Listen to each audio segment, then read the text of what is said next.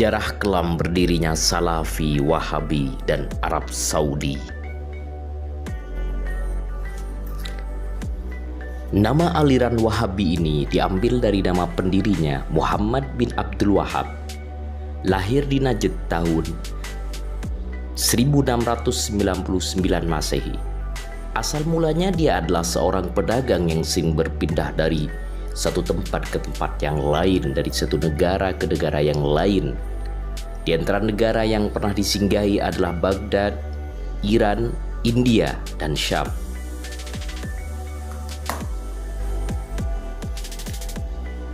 Pada tahun 1713 Masehi, dia terpengaruh oleh seorang orientalis Inggris yang bernama Mr. Hemper yang bekerja sebagai mata-mata Inggris di Timur Tengah.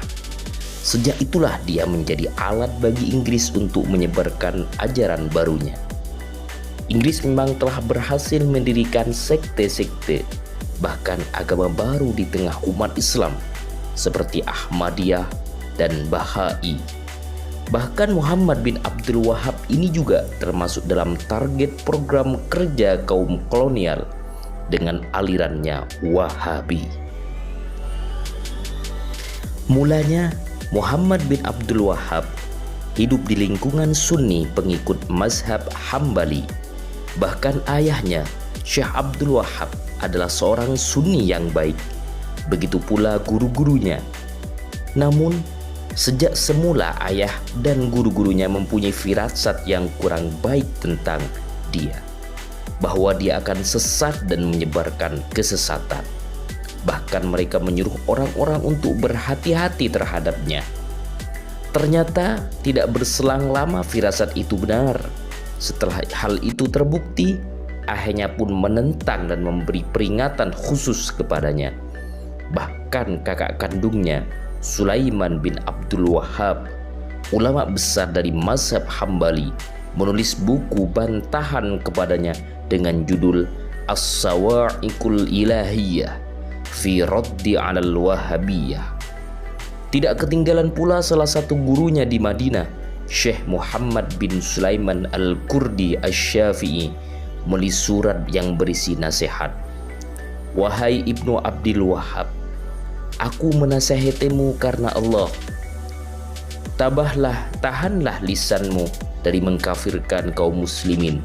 Jika kau dengan seorang meyakini bahwa orang yang ditawassuli bisa memberi manfaat tanpa kehendak Allah, maka ajarilah dia kebenaran dan terangkanlah dalil bahwa selain Allah tidak ada yang bisa memberi manfaat maupun mudarat. Kalau dia menentang, bolehlah dia kau anggap kafir. Tidak mungkin kau mengkafirkan as-sawadul a'zam, kelompok mayoritas di antara kaum muslimin, karena engkau menjauh dari kelompok terbesar. Orang yang menjauh dari kelompok terbesar lebih dekat dengan kekafiran, sebab dia tidak mengikuti jalan muslimin. Sebagaimana diketahui bahwa mazhab Ahlus Sunnah sampai hari ini adalah kelompok yang terbesar di dunia. Salah satu dari ajaran yang diyakini oleh Muhammad bin Abdul Wahab adalah mengkufurkan kaum muslimin Sunni yang mengamalkan tawassul, ziarah kubur, maulid Nabi, dan lain sebagainya. Berbagai dalil akurat yang disampaikan Ahlus Sunnah wal Jamaah berkaitan dengan tawassul, ziarah kubur, serta maulid ditolak mentah-mentah tanpa alasan yang dapat diterima. Bahkan lebih dari itu, justru berbalik mengkafirkan kaum muslimin sejak 600 tahun sebelumnya, termasuk guru-gurunya sendiri. Pada suatu kesempatan, ada seorang yang bertanya kepada Muhammad bin Abdul Wahab, berapa banyak Allah Subhanahu wa Ta'ala membebaskan orang dari neraka pada bulan Ramadan?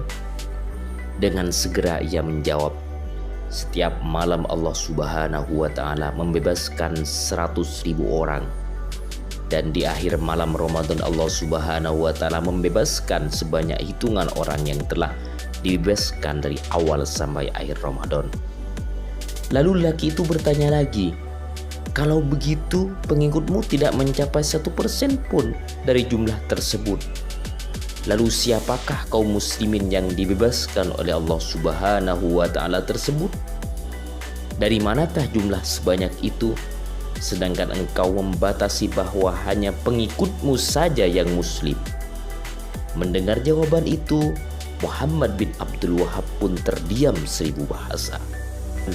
Sekalipun demikian, Muhammad bin Abdul Wahhab tidak menggubris nasihat ayahnya dan guru-gurunya itu. Dengan berdalihkan pemurnian ajaran Islam, dia terus menyebarkan ajarannya di sekitar wilayah Najd. Orang-orang yang berpengetahuan agamanya minim banyak yang terpengaruh. Termasuk diantaranya adalah para penguasa Duriyah Muhammad bin Saud, pendiri dinasti Saudi yang di kemudian hari menjadi mertuanya. Dia mendukung secara penuh dan memanfaatkan untuk memperluas wilayah kekuasaannya. Ibnu Saud sendiri sangat patuh pada perintah Muhammad bin Abdul Wahhab. Jika dia menyuruh untuk membunuh atau merampas harta seorang, dia segera melaksanakannya dengan keyakinan bahwa kaum muslimin telah kafir dan syirik selama 600 tahun lebih, dan membunuh orang musyrik dijamin surga. Sejak semula, Muhammad bin Abdul Wahhab sangat gemar mempelajari sejarah nabi-nabi palsu seperti Musailamah al-Kazzab, Aswadul Ansi, Tulaihah al-Asadi, dan lain sebagainya. Agaknya dia punya keinginan mengaku nabi. Ini tampak sekali ketika ia menyebut para pengikut dari daerah dengan julukan Al-Ansor, sedangkan pengikutnya di luar dijuluki sebagai Al-Muhajirin. Kalau seorang ingin menjadi pengikutnya, dia harus mengucapkan 2 syahadat di hadapannya, kemudian harus mengakui bahwa sebelum masuk Wahabi dirinya adalah musyrik. Begitu pula kedua orang tuanya. Dia juga diharuskan mengakui bahwa para ulama besar sebelumnya telah mati kafir. Kalau mau mengakui hal tersebut, dia diterima menjadi pengikutnya. Kalau tidak, dia pun langsung dibunuh. Muhammad bin Abdul Wahhab juga sering merendahkan Nabi Muhammad SAW dengan dalih pemurnian akidah. Dia juga membiarkan para pengikutnya melecehkan Nabi di hadapannya, sampai-sampai orang pengikutnya berkata, "Tongkatku ini masih lebih baik dari Muhammad, karena tongkatku masih bisa digunakan membunuh ular. Sedangkan Muhammad telah mati dan tidak tersisa manfaatnya sama sekali." Muhammad bin Abdul Wahhab di hadapan pengikutnya tak ubahnya seperti Nabi di hadapan umatnya. Pengikutnya semakin banyak dan wilayah kekuasaannya semakin luas. Keduanya bekerja sama untuk memberantas tradisi yang dianggapnya keliru dalam masyarakat Arab, seperti tawassul, ziarah kubur, peringatan maulid Nabi, dan sebagainya. Tak mengherankan bila para pengikut Muhammad bin Abdul Wahhab lantas menyerang makam-makam yang mulia. Bahkan pada tahun 1802, mereka menyerang Karbala, Irak, tempat dikebumikannya jasad cucu Nabi Muhammad SAW, Husain bin Ali bin Abi Thalib. Karena makam tersebut dianggap tempat mungkar yang berpotensi syirik kepada Allah.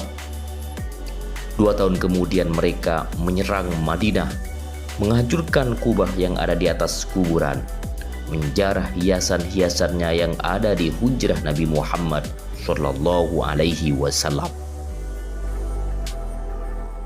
Keberhasilan menaklukkan Madinah berlanjut. Mereka masuk ke Mekah pada tahun 1806 dan merusak kiswah, kain penutup Ka'bah yang terbuat dari sutra. Kemudian merobohkan puluhan kubah di Ma'la, termasuk kubah tempat kelahiran Nabi Muhammad SAW, termasuk tempat kelahiran Sayyidina Abu Bakar radhiyallahu an, Sayyidina Ali karramallahu wajhah, juga kubah Sayyidatuna Khadijah radhiyallahu anha, Masjid Abdullah bin Abbas. Mereka terus menghancurkan masjid-masjid dan tempat-tempat kaum solihin sambil bersorak-sorai, bernyanyi dan diiringi tubuhan kendang. Mereka juga mencaci maki ahli kubur, bahkan sebagai mereka kencing di kubur kaum solihin tersebut. Gerakan Wahabi ini sangat memprihatinkan, sehingga membuat Sultan Mahmud II, penguasa kerajaan Utsmani Istanbul Turki, murka. Dikirimkanlah prajuritnya yang bermarkas di Mesir di bawah pimpinan Muhammad Ali untuk melumpuhkannya. Pada tahun 1813, Madinah dan Makkah bisa direbut kembali. Gerakan Wahabi surut, tapi pada awal abad ke-20 Abdul Aziz bin Saud bangkit kembali mengusung paham Wahabi. Pada tahun 1924, ia berhasil menduduki Mekah, lalu ke Madinah dan Jeddah, memanfaatkan kelemahan Turki akibat kekalahannya dalam Perang Dunia I. Sejak itu hingga kini paham Wahabi mengendalikan pemerintahan di Arab Saudi. Dewasa ini pengaruh gerakan Wahabi bersifat global. Riyadh mengeluarkan jutaan dolar AS setiap tahun untuk menyebarkan ideologi Wahabi. Sejak hadirnya Wahabi, dunia Islam tidak pernah tenang dengan pergolakan pemikiran, sebab kelompok ekstrim itu selalu menghalu pemikiran dan pemahaman paham Sunni Syafi'i yang sudah mapan. Kekejaman dan kejahilan Wahabi lainnya adalah meruntuhkan kubah-kubah di atas makam sahabat-sahabat Nabi Muhammad SAW yang berada di Ma'la, di Baqi. Semuanya diruntuhkan dan diratakan dengan tanah dengan menggunakan dinamit penghancur. Demikian juga kubah di atas tanah Nabi Muhammad SAW dilahirkan, yaitu di Suqil Lail, diratakan dengan tanah dengan menggunakan dinamit dan dijadikan tempat parkir onta. Sangat miris. Namun karena gencarnya desakan kaum muslimin internasional, maka dibangunlah perpustakaan. Kaum Wahabi benar-benar tidak pernah menghargai peninggalan sejarah dan menghormati nilai-nilai luhur Islam. Semula Al-Qubatul Khadra, kubah hijau, tempat Nabi Muhammad SAW dimakamkan, juga akan dihancurkan dan diratakan dengan tanah. Tapi karena ancaman internasional, maka orang-orang Wahabi itu mengurungkan niatnya. Begitu pula seluruh rangkaian yang menjadi manasik haji akan dimodifikasi, termasuk Maqam Ibrahim akan digeser. Tapi karena banyaknya yang menentang, sehingga mereka takut. Pengembangan kota suci Mekkah dan Madinah akhir-akhir ini tidak mempedulikan situs-situs sejarah Islam. Makin habis saja bangunan yang menjadi saksi sejarah Rasulullah SAW dan sahabatnya. Bangunan itu dibongkar karena khawatir dijadikan sebagai tempat keramat. Bahkan sekarang tempat kelahiran Nabi Muhammad SAW terancam akan dibongkar untuk diperluas tempat parkiran. Sebelumnya rumah Rasulullah SAW pun sudah lebih dulu digusur. Padahal disitulah Rasulullah SAW berulang-ulang menerima wahyu. Di tempat itu juga putra-putrinya dilahirkan serta Khadijah meninggal. Islam dengan tafsiran kaku yang dipraktikkan Wahabisme paling punya andil dalam pemusnahan ini. Kaum Wahabi memandang situs-situs sejarah itu bisa mengarah kepada pemujaan berhala baru. Maka pada bulan Juli yang lalu, Samil Anggoni, pakar arsitektur Islam di wilayah tersebut, mengatakan bahwa beberapa bangunan di era Islam kuno terancam musnah. Pada lokasi bangunan berumur 1400 tahun itu akan dibangun jalan menuju menara yang tinggi yang menjadi tujuan ziarah jamaah haji dan umroh. Gerakan Wahabi dimotori oleh para juru dakwah yang radikal dan ekstrim. Mereka menebarkan kebencian, permusuhan, dan didukung oleh keuangan yang cukup besar. Mereka gemar menuduh golongan Islam yang tak sejalan dengan mereka dengan tuduhan kafir, syirik, dan ahlil bid'ah. Itulah ucapan yang selalu didengungkan oleh setiap kesempatan. Mereka tak pernah mengaku jasa para ulama Islam manapun kecuali kelompok mereka sendiri. Di negeri kita ini mereka menaruh dendam dan kebencian mendalam kepada para wali songo yang menyebarkan dan mengislamkan penduduk negeri ini. Mereka mengatakan ajaran para wali itu masih kecampuran kemusyrikan Hindu dan Buddha. Padahal para wali itu telah mengislamkan 90% penduduk negeri ini. Mampukah Wahabi itu mengislamkan yang 10% sisanya? Mempertahankan yang 90% dari terekaman orang kafir saja tak bakal mampu, apalagi mau menambah 10% sisanya. Justru mereka dengan mudahnya mengkafirkan orang-orang yang dengan nyata bertauhid kepada Allah. Jika bukan karena rahmat Allah Subhanahu wa Ta'ala yang mentakdirkan para wali songo untuk berdakwah ke negeri ini, tentu orang-orang yang menjadi corong kaum Wahabi itu masih berada dalam kepercayaan animisme, penyembah berhala, atau masih kafir. Naudzubillahi min dzalik. Semoga umat Islam Indonesia terselamatkan dari paham-paham yang menyimpang dari Al-Quran dan Sunnah seperti Wahabi Salafi.